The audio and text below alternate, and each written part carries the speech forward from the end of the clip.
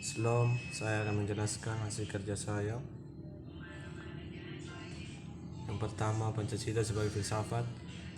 Filsafat Pancasila adalah hasil pemikiran yang paling mendalam dan dianggap telah dipercaya serta diyakini sebagai suatu kesatuan dari norma dan nilai yang paling dianggap benar, adil, bijaksana, paling baik dan paling sesuai dengan keadilan didirikan Negara Kesatuan Republik Indonesia.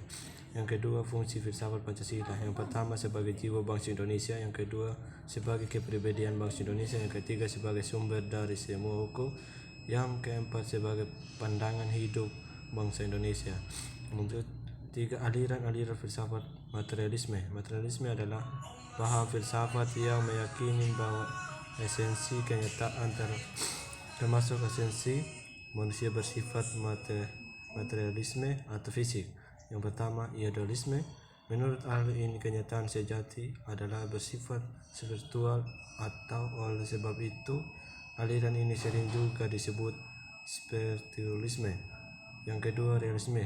Suatu aliran filsafat yang luas yang meliputi materialisme di satu sisi dan sikap yang lebih dekat kepada idealisme objektif di pihak lain. Realisme adalah pandangan bahwa objek indera adalah real dan berada sendiri tanpa bersabar kepada pengetahuan lain atau kesabaran akal. Lanjut, yang keempat, tujuan filsafat. Yang pertama, bangsa yang religius dan patuh kepada Allah yang Maha Kuasa. Yang kedua, menjadi bangsa yang menjaga keadilan baik secara sosial maupun ekonomi. Yang ketiga, menjadi bangsa yang menghormati hak asasi manusia untuk dapat berada dalam kaitannya HAM dengan Pancasila sebagai dasar negara kita. Yang keempat, menjadi negara nasionalis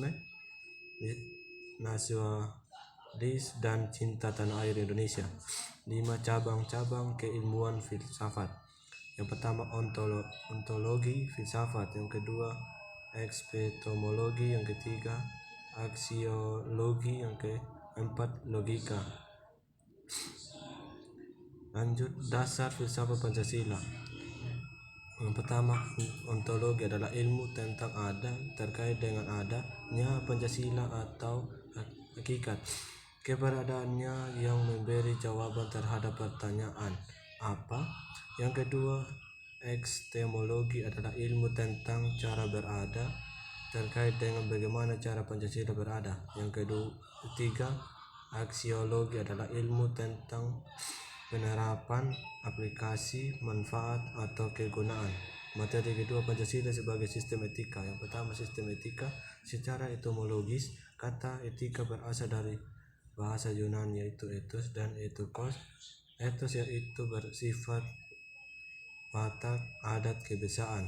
Ethikos berarti susila, keadaban, atau kelakuan dan perbuatan yang baik. Yang kedua, konsep Pancasila sebagai sistem etika dan kehidupan. Pancasila sebagai sistem etika memerlukan kajian kritis rasional terhadap nilai moral yang hidup agar tidak terjebak dalam pandangan yang bersifat mitos.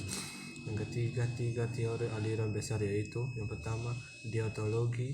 Yang kedua, teologi. Yang ketiga, keutamaan. Materi ketiga, Pancasila sebagai nilai perkembangan IMTEK. Yang pertama, pengertian IMTEK. Pengembangan ilmu pengetahuan dan teknologi IMTEK merupakan salah satu aspek yang dibutuhkan demi mewujudkan kehidupan bangsa Indonesia yang maju dan modern. Yang kedua, nilai-nilai dalam setiap sila Pancasila landasan perkembangan IMTEK. Sila pertama, ketuhanan yang Maha Esa. Sila kedua, kemanusiaan yang adil beradab. Sila ketiga, persatuan Indonesia. Sila keempat, kerakyatan yang dipimpin oleh hikmat kebijaksanaan dalam permusyawaratan. Sila kelima, keadilan sosial bagi seluruh rakyat Indonesia. Lanjut, yang ketiga, dimensi-dimensi penting sebuah ideologi yaitu yang pertama, dimensi relatif. Yang kedua, dimensi idealisme. Yang ketiga, dimensi fleksibilitas. Yang keempat, implikasi nilai-nilai Pancasila. Pancasila sebagai filsafat ilmu atau sebagai dasar ilmu merupakan landasan dalam berpikir atau berpengetahuan. Materi keempat, konsep-konsep dasar pendidikan anti korupsi. Yang pertama, pengertian anti korupsi. Pendidikan anti korupsi adalah sebuah gerakan budaya dalam menumbuhkan nilai anti korupsi. Yang kedua, nilai anti korupsi. Yang pertama, kejujuran. Kedua, kedisiplinan.